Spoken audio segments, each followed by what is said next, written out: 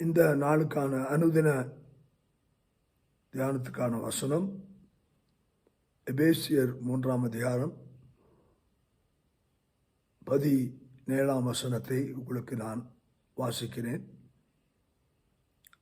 விசுவாசத்தினாலே கிறிஸ்து உங்கள் இருதயங்களிலே வாசமாயிருக்கவும் நீங்கள் அன்பினாலே வேரூன்றி நிலை பெற்றவர்களாகி இயேசு நமக்குள்ளாய் எப்படி வருகிறார்? இதனுடைய தலைப்பு ஃபெய்த் என்று சொல்லி நான் குறிக்க விரும்புகிறேன். இங்கே எபேசு சபைக்கு பவுல் எழுதும்போது சொல்லுகிறார், that Christ may dwell in your hearts by faith. இயேசு கிறிஸ்து உங்கள் விசுவாசத்தினாலே உங்கள் உள்ளத்திலே வாசம் செய்ய விரும்புகிறார். அவரை விசுவாசிக்கிறவர்கள் எத்தனை பேர்களோ அத்தனை பேர்களும் அவருடைய பிள்ளைகளாக மாறுகிறார்கள் என்று யோவான் 1ஆம் அதிகாரம் 12ஆம் வசனம் சொல்லுகிறது. இன்றைக்கு அந்த விசுவாசம்தான்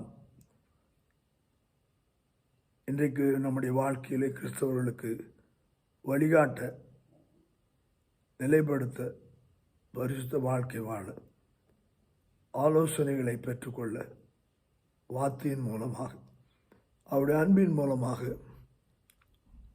அது நமக்குள்ளாய் வேரூன்றி செல்கிறது, நிலை பெற்றவர்களாய் மாற்றுகிறது என்று சொல்லி பவுல் எபேசுக்கு எழுதுகிறார். இயேசு நமக்குள்ளாய் இருக்க வேண்டும் என்றால்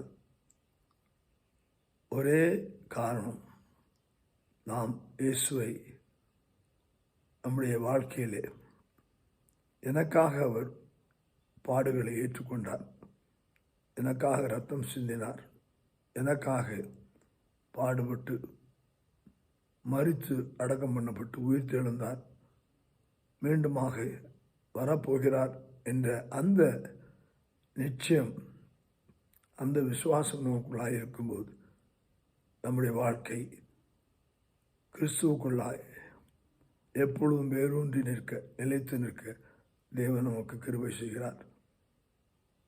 அதை நான் விசுவாசித்து நிலை பெற்று நாம் வெற்றிய வாழ்க்கை வாழ கிருபை செய்வாராக.